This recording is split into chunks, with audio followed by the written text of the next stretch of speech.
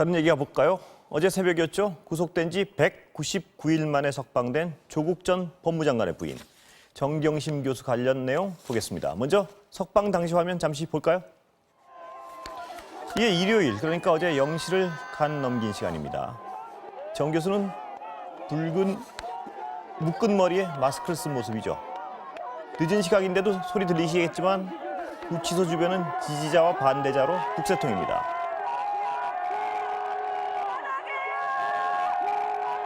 자, 난리인데요. 오늘도 김성훈 변호사 모셨습니다. 안녕하세요. 안녕하세요. 자, 변호사님. 석방 될까 안 될까? 굉장히 논란이 많았는데 결국 됐습니다. 이게 무슨 의미인가요? 어떤 법리적 판단인가요? 네, 일단은 이게 소위 말하는 보석은 아니고요. 예. 이제 영장의 구속 기간이 만료가 된 예. 상태에서 추가 영장을 발부할 것을 검찰이 청구한 상황에서 검찰이 청구에 대해서 이제 법원이 영장을 발부하지 않음으로써 기간이 만료가 돼서 예. 석방이 된 사안이고요. 이제 검찰로서는 이제 여러 가지 혐의 사실 총 15가지 정도 되는 혐의 사실 중에서 기존에 구속 영장이 없었던 사유에 대해서 추가로. 영장을 청구했었습니다. 근데 이제 법원에서는 결국 판단을 함에 있어서 증거인멸 도주의 우려가 없다. 뭐 도주의 우려가 없다는 거는 특별히 다툼은 없었는데요. 예. 증거인멸 부분과 관련해서도 핵심적인 부분에 대해서는 이미 충분한 심리가 다 이루어졌다는 얘기를 했고요. 다만 이제 이후에 계속 이제 예정되어 있는 내용들에 대해서는 앞으로 심리가 이루어질 것이지만은 제가 봤을 때는 이제 관련 사건들의 관계자들이 대부분 또 구속 상태에서 재판을 받고 있다는 점도 고려가 돼서 증거인멸의 위험성을 좀 낮게 평가했기 때문에 결국은 영장 발부를 안 한 것이 아닌가 그렇게 판단하고 있습니다. 그렇다면 일반인들이 생각하기에는 말입니다. 이 구속 연장이 안 됐다는 건 정 교수 측의 재판이 좀 유리해진 거 아니냐 뭐 이런 식으로 판단하기 쉬운데 맞습니까? 일정 부분은 어떻습니까? 네, 원론적으로는 맞습니다. 예. 근데 재판의 결론 자체에 대해서는 영향이 있다 없다라고 할 수는 없지만요. 저희가 소위 말하는 방어권 행사라고 하죠. 재판에 임하고 변호인과 같이 준비를 하고 자료들을 확인하고 이런 것들을 방어권이라고 하는데요. 방어권 행사에 있어서 구속 피고인과 불구속 피고인은 사실 엄청난 차이가 있습니다. 그런 면에 있어서는 방어권 행사가 훨씬 유리하고 수월해졌다는 건 그건 맞는 말이고요. 다만 이제 그러면 결론에서도 그러면 유리할 것인가에 대해서는 좀 또 다른 의견들이 있습니다. 과거에 이제 선례를 보면은 가령 이명박 전 대통령 같은 경우에도 보석으로 풀려났긴 했지만은 혐의 사실에 대해서는 또 인정된 경우도 있었기 때문에 뭐 이 영장 발부 여부만을 봐서 결론이 어떻게 될 것이다 예단하는 건 조금은 무리가 있을 수 있고요. 일단은 방어권 행사에 있어서는 충분한 어떻게 보면은 수월한 방어권 행사가 가능하도록 재판부가 해준 것이다라고 볼 수는 있습니다. 그렇죠. 재판부가 방어권을 보장해 줘라라는 적어도 그런 명령은 내린 거죠. 그렇습니다. 검찰에 비해서. 자, 정 교수 혐의 좀 간단히 정리해 볼까요? 지금 간단히 정리하기 15가지긴 하지만요. 크게 주요 나눠보면 혐의만 입시 비리에 관련된 모든 문제들이 사모펀드? 있고요. 그다음에 사모펀드 굵은 줄기가 두 개로 나눠질 수 있다고 보는 그리고 보면 이거와 되는 관련된 증거인멸 조사 등이 있습니다. 지금 이제 입시 관련돼서는 사실 정경심 교수 재판에 지금까지 재판에서 상당 부분 증인 신문이나 증거 조사가 이루어졌고요. 어떻게 보면 심리는 거의 다 완료가 됐다라고 보이고요. 이제 그 남은 그런 것들이 무엇이냐 보면은 이제 사모펀드 관련된 부분들에 대한 증인 신문이 예정이 되어 있습니다. 대표적으로 이제 조국 전 장관의 오촌 조카 조범동 씨가 증인으로 소환될 예정이고요. 그 밖에도 이제 코링크 PE 관련된 관계자들에 대한 조사들이 이루어질 것이고 마지막으로 이제 금융실명법 위반이라고 해서 차명 계좌를 계좌를 빌려줬던 사람들에 대한 증인 신문도 예정이 되어 있는 그런 상황입니다. 뭐 복잡해서 더 들어가긴 좀 그런데 간단히 한 부분만 더 들어가면 혐의가 오촌 조카의 코링크 PE를 통해서 부당하게 돈을 불렸다는 거죠? 간단히 얘기하면? 네, 간단하게 얘기하면 그런 거고요. 이제 이 PE 관련돼서는 복잡한 내용들이 있지만 간단하게 말해서는 이 고위공직자 같은 경우에는 모든 주식이나 증권들을 백지 신탁을 하고 소위 말하는 투자나 투기 활동을 못하게 되어 있는데 이것을 오촌 조카와 사모펀드라는 구조를 통해 가지고 이것을 부풀리려고 했다라는 그 부풀린 게 부당하다는 것이죠. 그래서 고위공직자이기 때문에. 네, 근데 다만 이제 사실관계를 떠나서 법리적으로 이것이 각각의 주체가 되는지 그렇죠. 문제가 또 있고요. 또 자본시장법 위반 관련해서도 이 펀드와 관련된 뭐 신고를 안 했거나 문제 삼은 부분들이 있어가지고 과연 이것을 정경심 교수를 주체로 볼 수가 있는지에 대한 어떤 치열한 논쟁도 같이 벌어지고 있는 그런 상황입니다. 자, 정 교수 건은 굉장히 복잡한데 이야기의 조국 전 장관 건은 상대적으로 좀 단순한 것 같습니다. 맞습니다. 감찰 무마이요. 네, 그렇습니다. 좀 일단 혐의를 좀 정리해 주시죠. 간단히 말해서 유재수에 관련된 이제 조사와 감찰이 진행되던 와중에 감찰이 더 이루어지지 못하고 종료된 그런 사안에 대해서 이제 검찰로서는 민정수석이었던 조국 전 장관이 이제 직권을 남용해서 특감반원들의 감찰 업무의 권리 행사를 방해했다. 그래서 직권남용 권리행사 방해로 기소를 한 사안이고요. 여기에 대해서 이제 조국 전 장관 측에서는 이거는 민정수석의 정당한 권한에 기해 가지고 재량권을 행사한 것뿐이지 판단을 한 것이라 이 말이죠? 업무적 그렇죠. 판단을 한 것이라? 이것을 꼭 범죄라고 구성한다고 볼 수는 없다. 이렇게 반박하고 있는 그런 상황입니다. 그래서 여기서 많이 나오는 얘기가 감찰이 중단됐느냐, 네. 조국 전 장관에 의해서 아니면 정상적인 업무적 판단을 통해서 종료했느냐 이 차이겠죠? 네, 그렇습니다. 예. 그래서 지금 검찰에서는 이거를 중단이다라고 해서 예. 기소를 했는데 예. 이제 변호인 입장에서는 종료라고 주장을 하고 있고요. 예. 그렇다면 이 종료와 중단 다 비슷한 얘기 같지만 예. 가장 핵심적인 부분은 이러한 감찰이 중간에 중단이 됐건 종료가 됐건 멈추게 된 이유가 무엇인지 예. 멈추게 된 이후의 처리 과정들이 정당했는지에 관한 부분들이 사실관계에 대한 분석이 있을 거고요. 예.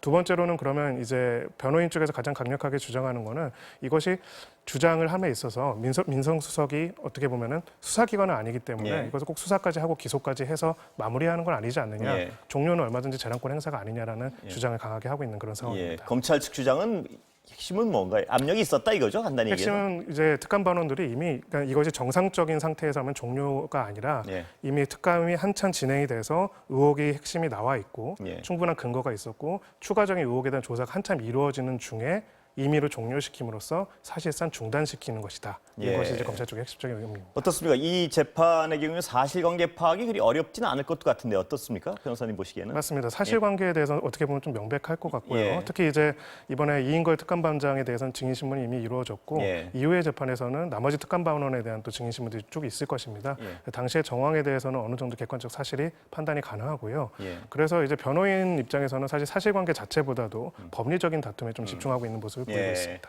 법리적 다툼이라면 어떤 부분인가요? 그러니까. 네, 바로 이제 직권 남용에 관한 부분인데요. 이것이 만약에 이제 경찰청이나 검찰에서 똑같은 일이 벌어졌다고 한다면은 명백하게 직권 남용이 됩니다. 근데 민정수석실이라는 곳은 어떤 수사기관이 아니기 때문에 의혹을 보다가 그 의혹을 어느 정도 수준으로 정리할 것인지는 재량권 행사 범위지 꼭 반드시 기소하고 계속 수사를 해야 할 의무가 있는 것이 아닌데 네. 이것을 직권 남용으로 구성하는 거는 민정수석의 특성에 안 맞는 것이 아니냐라는 것이 지금 변호인들의 핵심적인 논리입니다. 재판부가 그 부분에 대해서는 약간 어떤 인정을 하는 분위기였다는 뉴스인데 그 관련해서는 들으실 때? 네, 관련된 뉴스들을 봤는데요. 예, 예. 재판부로서도 사실 굉장히 판단이 어려운 예, 부분이고요. 예. 무엇보다 이 직권남용에 관련된 사건들과 법리들이 형성이 굉장히 좀 더딘 편입니다. 예. 과거엔 거의 적용이 안 되다가 예. 소위 말하는 적폐 사건 수사 때부터 이제 막 법리가 형성되어 오기 시작했고요. 예. 특히 이제 민정수석실의 권한과 업무에 관해서는 어떻게 보면은 굉장히 비공개적이지 않습니까? 예. 법리적 판단을 받아본 적도 없고요, 별로. 그렇습니다. 예. 그렇기 때문에 그 부분에 대한 판단의 준거를 만들기가 굉장히 어려운 상황이고요. 예. 그래서 오히려 이제 그런 법리적인 거나 어떤 형식적인 규정 자체보다도 당시에 그러면 의혹이 얼마나 실체화가 되어 있는지를 보게 될 것입니다. 예. 정상적이라면 당연히 또 계속 특감을 진행을 해가지고 어떻게 보면 수사 의뢰까지 했어야 하는데 그거를 못하게 하려고 종료를 한 것인가. 이것이 결국 쟁점이 될 것입니다. 예. 그러니까 아까도 다시 말씀드리면 중단시켰느냐, 정상적으로 업무적 판단에서 종료했느냐 이게 네. 끝까지 쟁점이 될 것이라는 말씀이시죠? 간혹 이제 저희가 이렇게 방송을 하다가 예. 갑자기 여기서 카메라가 꺼지면 예. 중단된 거고요. 예, 이제 예. 이렇게 해서 감사합니다 인사를 하면 종료가 된 거겠죠. 예. 그런 절차들과 내용들을 비교하게 될 것으로 보입니다. 알겠습니다. 다음 얘기 좀 해볼까요? 주말 사이에 논란이 확산되고 있는 이슈입니다. 지난주였죠. 일본군 위안부 피해자인 이용수 할머니가 제기한 한일 위안부 사전 협의 주장 또 후원금 논란인데요. 정의기억연대가 오전에 기자회견을 열고 입장을 밝혔습니다. 들어보시죠.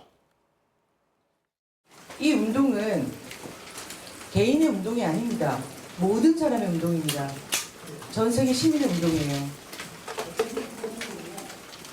그렇기 때문에 이 운동에서 우리가 무슨 일을 했는지 오늘 여러분들에게 정말 소략하게나마 알리고 그래야만 여러분들이 가지고 있는 의구심, 대표적인 의구심 재정이잖아요.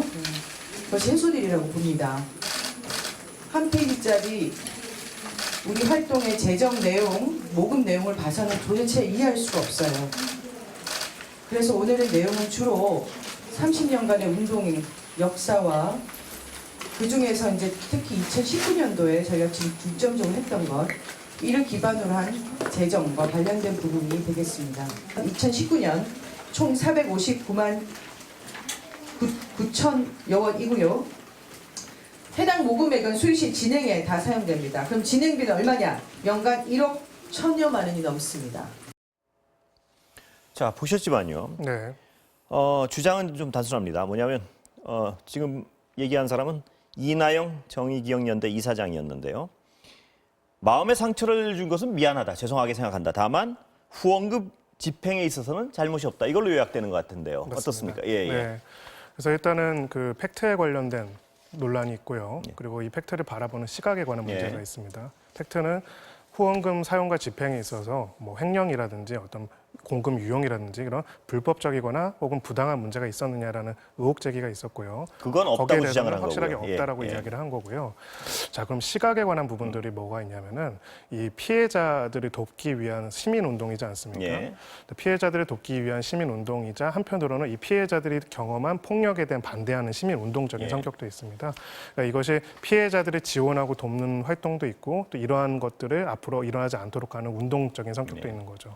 근데 피해자분들 입장에서는 어떻게 보면 자신들이 중심이 되고 피해자 중심적인 태도를 가지고 재정이나 모든 것들이 운영되길 바라는 것들이 예. 당연하고요. 예. 그 부분이 존중이 되어야 하는데 그럼 이 이외의 활동이라든지 이런 부분들에 대해서는 어느 정도의 이제 주체성과 독립성을 가지느냐에 대한 문제가 있고요. 간혹 이제 대리인으로 하는 것과 어떤 운동의 활동가로서 하는 거에는 차이점이 있기 때문에 예.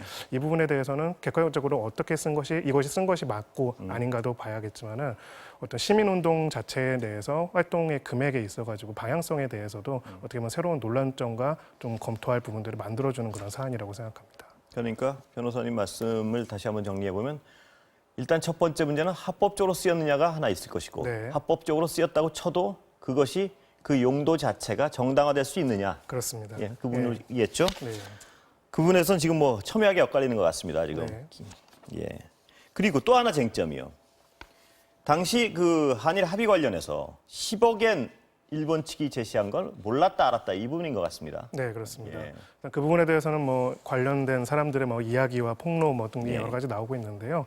일단은 지금 정의원 측의 입장에서는 우리는 그런 내용을 알지 못했고 관여하지 않았다라고 이야기를 하고 있고요. 예. 다른 곳에서는 이제 충분히 논의를 했다라고 되어 있는데 그렇습니다. 제가 봤을 때 이 부분도 어떻게 보면 팩트 체크를 금방 할 수 있는 글쎄요. 문제가 아닌가 예. 싶습니다. 그리고 또 본질적으로는 이것도 팩트를 확인한 다음에 마찬가지로 아까 말씀드린 거죠. 대리인과 운동가로서의 두 가지 입장이 분명히 있거든요. 예. 그러니까 피해자의 의사를 존중을 해야지만 또 피해자의 그 피해 내용을 통해 가지고 사회를 바꿔 나가는 운동을 해야 하는 입장에서의 부분에서 피해자의 의사와 그 같은 운동가들의 의사가 또 다를 수도 있는 부분들이 있습니다. 맞습니다. 이 부분에 대해서 어떻게 사회적으로 평가할지에 대해서 또 새로운 고민을 안겨주는 지점이라고 이게 생각합니다. 예민한 부분이 몇 개 걸려 있던데요. 네.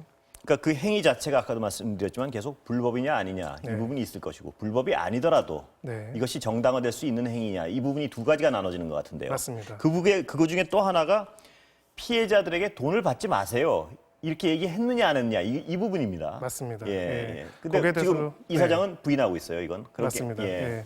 특별하게 그 받는 것 자체를 거부하는 할머니들을 위해서 모금 운동을 해서 지원을 해줬지만은 받는 것 자체에 대해서 비난을 하거나 그것을 하지 못하게 강요를 하거나 그런 적은 없다라는 이야기를 하고 있고요. 이 부분도 실제로 이제 지금 할머니분들이 계시기 때문에 예. 사실관계를 확인해 보면 되지 않을까 하는 생각이 듭니다. 사실관계 자체로 확인하는 건 어렵지 않을 것이다 이 말씀이시죠? 맞습니다. 예, 다른 얘기 넘어가 보겠습니다. 아파트 경비원 또 안타깝게 네. 힘졌습니다. 갑질 논란이고요. 이런 일 계속 발생하고 있습니다. 어떻습니까? 네, 사실 한두 번이 아니죠. 심지어 이제 이사장 같은 경우에는 심한 폭행까지 당하셨고요. 그리고 계속 근무하신 내내 예. 모욕적인 언사를 당했다고 합니다. 입주민들이 나서서 이제 보호를 하기 위해서 나설 정도로요. 예. 네, 이런 부분들이 구조적으로 계속 반복된다면 구조 자체를 바꿔야 할 예. 필요성이 있는 그런 사안이라고 할 수 있습니다. 자, 다음 달부터는 경비업법 적용이 대폭 엄격화되는데요. 이 얘기는 오늘 시간 때문에 여기서 정리하겠습니다. 네. 예, 감사합니다. 감사합니다. 이슈 안전 정보 지금까지 김성훈 변호사 함께했습니다.